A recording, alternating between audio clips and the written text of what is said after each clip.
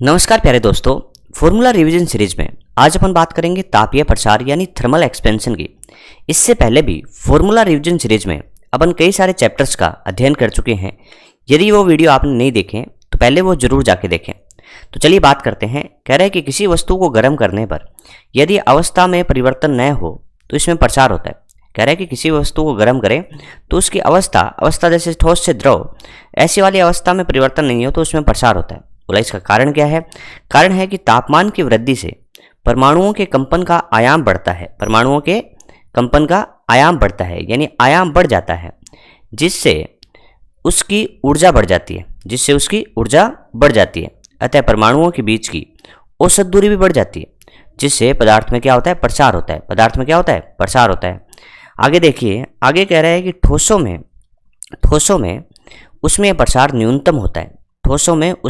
न्यूनतम होता है। इसके पीछे कारण क्या होता है? इसके पीछे कारण होता है कि ठोसों में अंतर आणविक बल जो होता है वो मजबूत होता है, जबकि गैसों में जो होता है ना वो अधिकतम होता है, क्योंकि गैसों के अंदर जो अंतर आणविक बल होता है वो कमजोर होता है। तो ये बातें आपको आसानी से समझ में आ गई होगी कि किस तरीके से आपको चीज़ें समझनी। चलिए अब आगे बढ़ते हैं। देखिए, अब देखते हैं कि ठोसों में प्रसार कितने प्रकार का होता है। तो ठोसों में सबसे पहले पढ़ेंगे रेखीय प्रसार। रेखीय प्रसार का मीनिंग क्या होगा? जब लंबाई बढ़ जाए। देखिए, किसी भी छड़ की प्रारंभिक लंबाई L0 है। गर्म करने पर डेल्टा L से उसकी लंबाई बढ़ जाती है, क्योंकि अपन ने ताप बढ़ा दिया है डेल्टा T से। तो अब अपन यहाँ पे कह सकते हैं कि जो संबंध आएगा उसकी बात कर लेते हैं। तो संबंध की बात करें तो अपन कह सकते हैं, देखिए एक फॉर्मूला है जो आप याद रखना है कि डेल्टा L बटा L0 बराबर में लिख सकते हैं अल्फा डेल्टा टी। तो काफ़ी आसान है, डेल्टा L बटा L0 बराबर अल्फा डेल्टा टी। तो इसको ऐसे भी लिखा जा सकता है कि डेल्टा L बराबर अल्फा L0 डेल्टा टी। बोले डेल्टा L क्या है? लंबाई में परिवर्तन या लंबाई में वृद्धि। अल्फा यहाँ पे रेखीय प्रसार गुणांक है, L0 इसकी प्रारंभिक लंबाई है और डेल्टा टी ताप में परिवर्तन है। अब मान लीजिए अपने से पूछे कि अंतिम लंबाई बताइए इसकी, तो अपन कहेंगे कि L बराबर L0 और जो वृद्धि हुई है वो यहाँ पे लिख दें alpha L0 delta L T. तो क्या इसको अपन ऐसे भी लिख सकते हैं? क्यों नहीं लिख सकते कि L बराबर में L0 कॉमन ले लेते हैं 1 प्लस अल्फा डेल्टा टी। तो ये हो गया आपका लंबाई में प्रसार यानी रेखीय प्रसार, क्योंकि ठोसों में अपन कह सकते हैं कि लंबाई इस तरीके से कोई रेखीय जैसे छड़ होती है उसमें लंबाई में वृद्धि होगी। अब बात करते हैं 2 नंबर की। 2 नंबर है अपना क्षेत्रीय प्रसार। क्षेत्रीय प्रसार क्या है कि किसी भी प्लेट का प्रारंभ में क्षेत्रफल A0 है। अब तापमान में वृद्धि कर दें तो उसका क्षेत्रफल A हो जाता है। तब अपने को बताना है कि इनमें क्या संबंध रहेंगे। तो चलिए बात करते हैं। अपन कह सकते हैं कि इसमें एक संबंध लिखा जाएगा डेल्टा A मतलब क्षेत्रफल में परिवर्तन बटा प्रारंभिक क्षेत्रफल बराबर में अपन लिख सकते हैं बीटा डेल्टा टी। तो ये तो हो गया संबंध कि डेल्टा A बटा A0 बराबर में बीटा डेल्टा टी। और डेल्टा A में अपन लिख सकते हैं क्षेत्रफल में कितनी वृद्धि हुई या क्षेत्रफल में कितना परिवर्तन हुआ। तो डेल्टा A बराबर में A0 बीटा डेल्टा टी बड़े आराम से लिख सकते हैं। अब अपने से पूछे कि अंतिम क्षेत्रफल क्या होगा, तो अपन कहेंगे A0 तो पहले था और डेल्टा A की अपन ने वृद्धि यहाँ पे लिख दी है। तो अपन यहाँ पे इसको ऐसे भी लिख सकते हैं कि A बराबर में A0 1 प्लस में बीटा डेल्टा टी। तो ये क्या बात सही है? तो अपन कह सकते हैं एकदम सही है। तो इस तरीके से अपना क्षेत्रीय प्रसार भी कंप्लीट हो गया। चलिए अब आगे बढ़ते हैं। आगे अपन बात करते हैं आयतन प्रसार की, यानी प्रारंभिक आयतन कितना है इसका? V0 है। तापमान बढ़ाने से अब आयतन हो गया V। तो उसी तरीके से अपन एक संबंध लिख सकते हैं कि डेल्टा V बटा V0 बराबर में अल्फा बीटा और इसके बाद आएगा गामा डेल्टा टी। अब पूछे कि आयतन में कितना चेंज हुआ या कितनी वृद्धि हुई, तो डेल्टा V बराबर लिख सकते हैं V0 गामा डेल्टा टी। बोला अंतिम आयतन क्या हो गया, तो V बराबर V0 1 plus gamma delta T. तो अपन ने देखा कि जब रेखीय प्रसार में अल्फा लिखते हैं, क्षेत्रीय प्रसार में बीटा लिखते हैं, तो गामा किस में लिखा? आयतन प्रसार में। तो अल्फा यहाँ पे होगा आपका रेखीय प्रसार गुणांक, बीटा होगा क्षेत्रीय प्रसार गुणांक और गामा होगा आपका आयतन प्रसार गुणांक। अब बात कर लेते हैं कि अल्फा बीटा और गामा में संबंध क्या होता है और उसका मात्रक क्या होता है। तो सबसे पहले देखिए, सबसे पहले अपन क्या करते हैं कि अल्फा बीटा और गामा का मात्रक देखते हैं। तो जैसे फॉर एग्जांपल अपन एक रिलेशन लिखा, जैसे ये लिखा डेल्टा V बटा में V0 गामा डेल्टा टी। तो गामा एक साइड लाते हैं, ऊपर लिखते हैं डेल्टा V बटा V0 और बटा में लिखते हैं डेल्टा टी। आप देख सकते हैं कि ये जो डेल्टा V बटा V0 है ये मात्रकहीन है और विमाहीन भी है। तो ये तो मात्रकहीन हो गया। अपन कह सकते हैं कि डेल्टा टी जो होगा उसका जो अपन मात्रक लिखें तो या तो केल्विन लिख सकते हैं या फिर डिग्री सेल्सियस लिख सकते हैं। तो अब ये ऊपर जाएंगे तो अपन कह सकते हैं कि अल्फा बीटा तथा गामा का मात्रक प्रति डिग्री सेल्सियस या प्रति केल्विन होता है, यानी भाग में प्रति डिग्री सेल्सियस या प्रति केल्विन होता है। इसी तरीके से अल्फा का भी आप फाइंड करेंगे तो यही आएगा।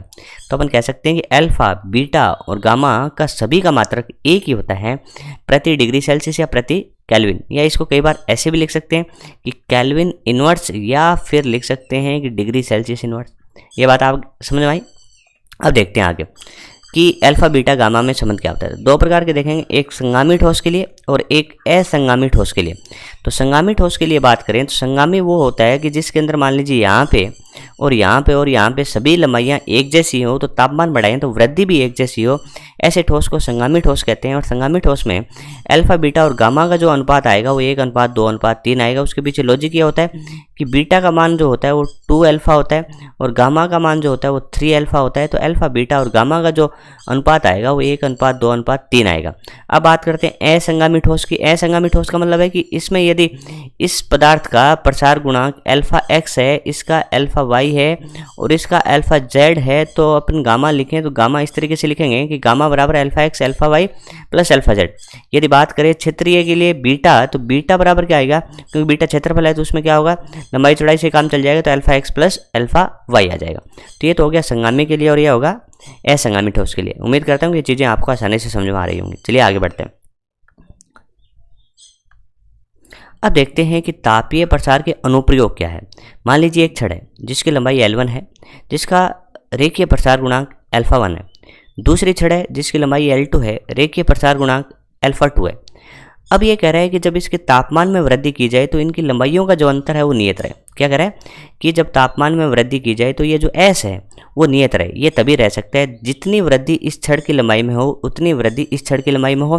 और इसका कॉन्सेप्ट ये होता है जो मैंने आपको बताया कि जितनी लंबाई इसमें वृद्धि होगी उतनी वृद्धि इसमें हो, तो ये अंतर नियत रह सकता है। तो इसके लिए एक संबंध आएगा जो आपको ध्यान रखना है, अल्फा 1 गुणा में L1 बराबर में अल्फा 2 गुणा में L2, या ऐसे भी लिख सकते हैं। देखो अल्फा 1 L1 बराबर में अल्फा 2 L2। तो ये वाला एक अच्छा क्वेश्चन है, इसलिए मैंने यहाँ पे करवा दिया। चलिए आगे देखते हैं नेक्स्ट अनुप्रयोग की तापीय प्रसार का। ये अनुप्रयोग है आपका द्विधात्विक पट्टी। द्विधात्विक पट्टी को समझिए, काफ़ी इंपॉर्टेंट है अपने के लिए।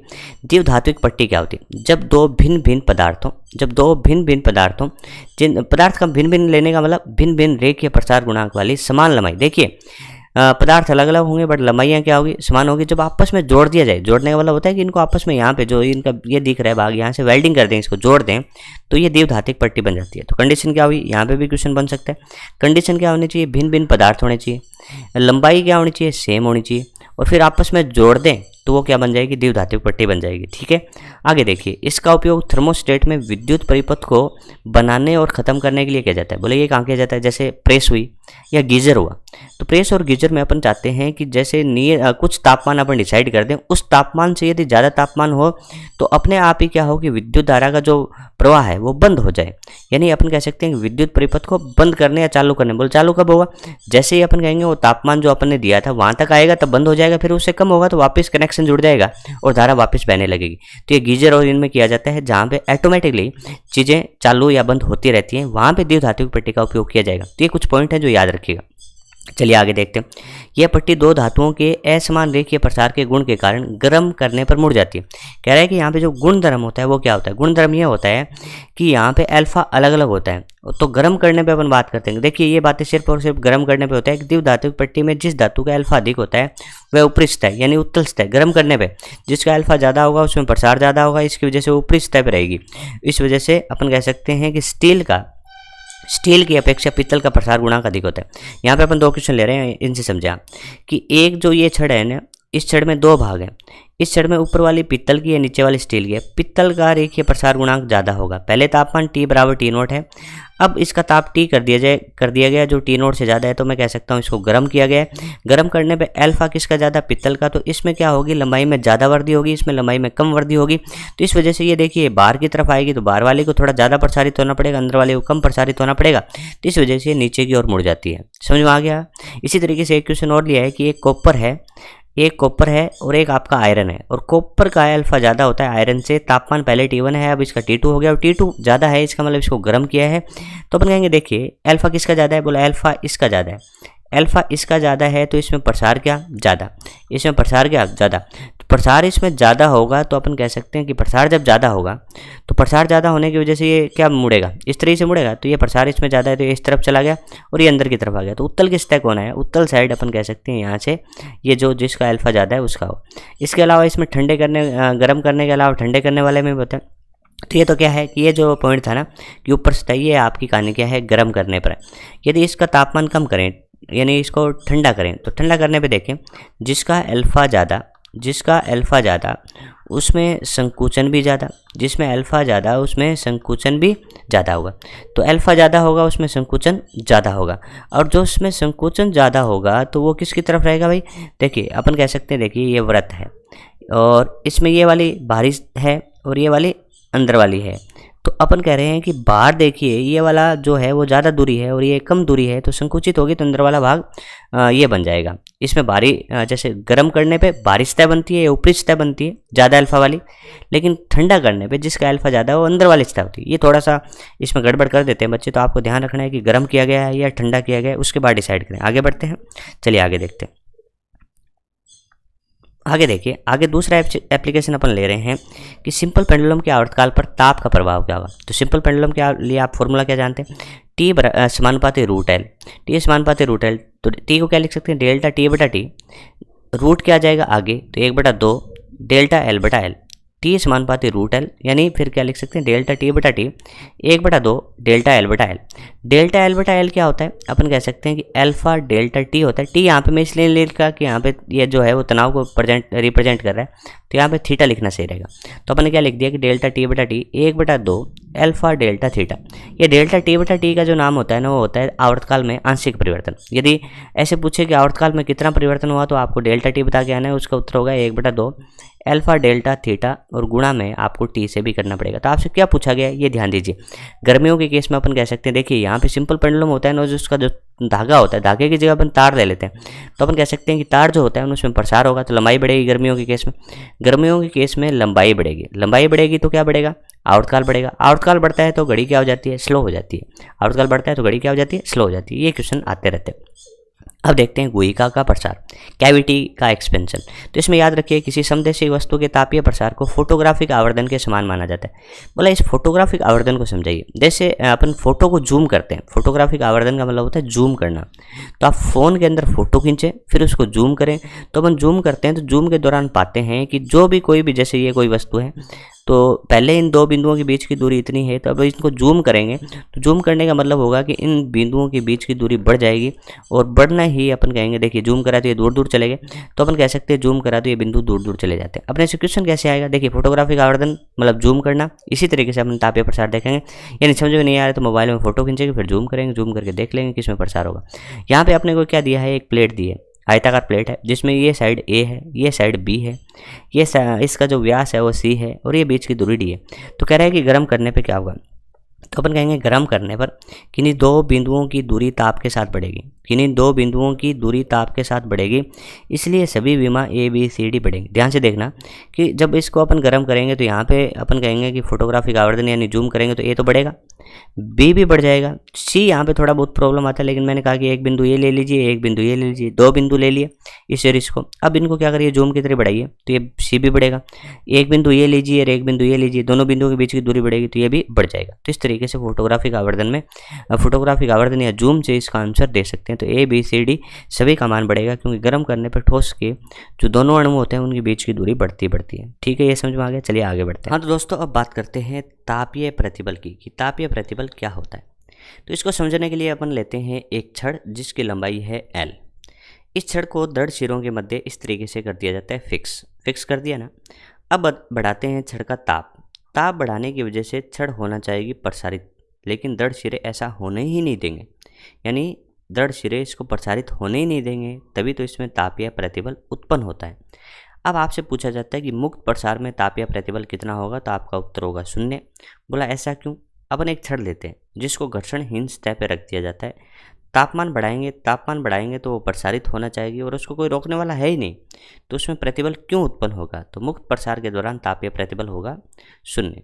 ठीक है, अब बात करते हैं इसके अंदर कितना उत्पन्न होगा। तो देखिए छड़ प्रसारित होना चाहिए, तो छड़ के द्वारा दृढ़ शिरों पर लगाया गया बल जो होगा वो इस तरीके से होगा, यानी ये बल जो है वो किसने लगाया? छड़ ने लगाया किस पे? दृढ़ शिरों पे। तो ये क्रिया हो गई, तो इसकी उल्टी यहाँ पे क्या हो गई? प्रतिक्रिया हो गई। तो ये भी एफ है, तो ये भी एफ है। तो इस तरीके से अपन यहाँ पे कह सकते हैं केवल एफ हुआ। प्रतिबल की बात करें तो एफ बटा ए होता है। प्रतिबल और विकृति में संबंध देखें तो एफ बटा ए वाई गुणा डेल्टा एल बटा एल। डेल्टा एल बटा एल आपकी विकृति है, क्या है? विकृति है। और डेल्टा एल बटा एल का जो संबंध है वो अपन इस चैप्टर के अंदर देख के आए कि वो तो है अल्फा डेल्टा टी। तो इसकी वजह से अपन कह सकते हैं कि एफ बटा ए वाई का तो वाई रह गया और डेल्टा एल बटा एल की जगह लिख देंगे अल्फा डेल्टा टी। तो आपको प्रतिबल पूछे तो इतना ही बता के आना है कि प्रतिबल है कितना होगा। तो प्रतिबल का सूत्र तो यही है, वाई अल्फा डेल्टा टी। लेकिन आपसे बल पूछ ले तो बल का मान होगा ये वाई ए अल्फा T2 माइनस T1, यानी बल के केस में अपन क्या करेंगे? ए को आगे भेज देंगे, ए वाई अल्फा डेल्टा टी। तो इस तरीके से ये बल हो गया। तो ये अपन ने तापीय प्रतिबल देखा। मुक्त प्रसार में तापीय प्रतिबल कितना होगा? 0 होगा। चलिए अब आगे बढ़ते हैं। अब देखते हैं कि द्रव में उसमें प्रसार क्या होगा। तो द्रव में उसमें प्रसार सीखने के लिए सबसे पहले अपन एग्जाम्पल से समझते हैं कि एक पात्र लेते हैं, इस पात्र को ऊपर तक जल से भर देते हैं। ठीक है, जब इसको गर्म करते हैं तो अपन जानते हैं कि ठोस में भी प्रसार होता है, द्रव में भी प्रसार होता है, लेकिन ठोसों में प्रसार कम होता है क्योंकि उसमें अंतराणविक बल मजबूत होते हैं, जबकि द्रव में प्रसार उससे ठोस से तो ज़्यादा ही होते हैं। तो अपन यहाँ पे कह सकते हैं कि इसमें अपन सर्वप्रथम देखते हैं कि जो ये पात्र है, इसमें पात्र और जल का आयतन जो है बराबर होगा और इसका मान है 10 लीटर। अब इसको गर्म करते हैं, गर्म करने से प्रसार होगा, इसकी वजह से जो पूरा भरा हुआ है उसमें से कुछ पानी जो है वो बाहर आएगा। बाहर आए हुए पानी को अपन इकट्ठा कर लेते हैं और इकट्ठा करके यहाँ पे देखते हैं। मान लीजिए ये वाला जो पानी है वो 3 लीटर है, तो अपन कह सकते हैं कि अपने को तो लगता है ना जैसे कि प्रसार 3 लीटर ही हुआ है, जो लगता है वो आभासी है, लेकिन यहाँ पर अपन देखते हैं कि पात्र का भी प्रसार होता है। तो ये मान लेते हैं कि अब हो गया 11 लीटर। तो द्रव का वास्तविक प्रसार कितना हुआ? तो आप कहेंगे एक तो यहाँ हो गया और 3 यहाँ हो गया, तो टोटल कितना हो गया? 4 हो गया। तो वास्तविक 4 है, जिसमें से आभासी कितना है? 3 है। तो पात्र का कितना है? बोला 1 है। तो इस तरीके से याद क्या रखना है? गामा वास्तविक बराबर गामा आभासी प्लस में गामा पात्र, या आप इसको गामा अपेरेंट का सूत्र लिखना चाहिए, जैसे आभासी को अपेरेंट भी बोलते हैं। गामा अपेरेंट बराबर में होता है गामा रियल या फिर गामा लिक्विड भी बोलते हैं, माइनस में गामा पात्र। और ध्यान दीजिए पात्र ठोस का बना होता है, तो उसके केस में रेखीय प्रसार ज़्यादा लेते हैं, तो 3 अल्फा पात्र भी लिख सकते हैं। ठीक है, ये हो गया। अब अपने को चाहिए कि आयतन से संबंध, तो डेल्टा वी बटा वी जानते हो ना आप? डेल्टा वी बटा वी क्या होता है? आपका गामा डेल्टा टी। तो यहाँ पे डेल्टा वी बटा वी है, तो डेल्टा वी आभासी देख रहे हैं, तो यहाँ पे भी गामा आभासी लिखेंगे। आभासी का मान क्या लिखेंगे? वास्तविक में से पात्र, और पात्र को लिख देंगे 3 अल्फा। अब यहाँ पे केस की बात करें तो केस कह सकते हैं यदि द्रव का प्रसार गुणांक ज़्यादा है पात्र से, द्रव का प्रसार गुणांक पात्र से ज़्यादा है तो द्रव में प्रसार ज़्यादा होगा, जिसकी वजह से लेवल बढ़ेगा। और यदि ऐसा हो कि द्रव का प्रसार गुणांक कम हो, पात्र का ज़्यादा हो, तो स्तर घटेगा। लेकिन द्रव का प्रसार गुणांक और पात्र का प्रसार गुणांक बराबर हो तो द्रव का स्तर नियत रहेगा। तो ये आसान सी बातें थी जो अपन ने कंप्लीट करी। चलिए आगे बढ़ते हैं। अब देखते हैं पानी का असंगत प्रसार, कि भाई पानी का असंगत प्रसार क्या होगा। असंगत का मतलब होगा कि जो होना चाहिए उससे उल्टा। हाँ, बात भी सही है, तो पढ़िए ध्यान से। 0 डिग्री से 4 डिग्री सेल्सियस तक जल को गर्म करने पर जल के आयतन में कमी होती है। देखिए 0 डिग्री से 4 डिग्री सेल्सियस तक जल को गर्म करने पर जल के आयतन में कमी होती है। अपन वास्तविकता में ऐसे पढ़ते हैं कि ताप बढ़ाने पर आयतन बढ़ता है, ताप बढ़ाने पर आयतन बढ़ता है, लेकिन जल के अंदर ऐसा नहीं होता। पहले ताप 0 से 4 डिग्री सेल्सियस तक बढ़ाएंगे तो आयतन बढ़ने के बजाय घटेगा। इसी वजह से आयतन और तापमान के मध्य जब ग्राफ बनाएगा तो 0 से लेके 4 डिग्री सेल्सियस तक तापमान क्या हुआ? बढ़ा, लेकिन आयतन घटा। और यहाँ पे आयतन सबसे न्यूनतम होगा, वी मिनिमम होगा, क्योंकि 4 डिग्री सेल्सियस के बाद गर्म करने पर आयतन में पुनः वृद्धि होती है, तो ये बढ़ता जाएगा। ठीक है, तो और अपन ये जानते ही हैं कि जो आयतन का उल्टा होता है घनत्व। घनत्व के केस में अपन कहेंगे देखिए 0 डिग्री से 4 डिग्री सेल्सियस आयतन घटा है तो घनत्व क्या होगा? बढ़ेगा। तो यहाँ से 0 डिग्री सेल्सियस से 4 डिग्री सेल्सियस जाएंगे तो घनत्व बढ़ेगा। और 4 डिग्री सेल्सियस पर जल का घनत्व मैक्सिमम होता है और 4 डिग्री सेल्सियस के बाद घनत्व घटेगा।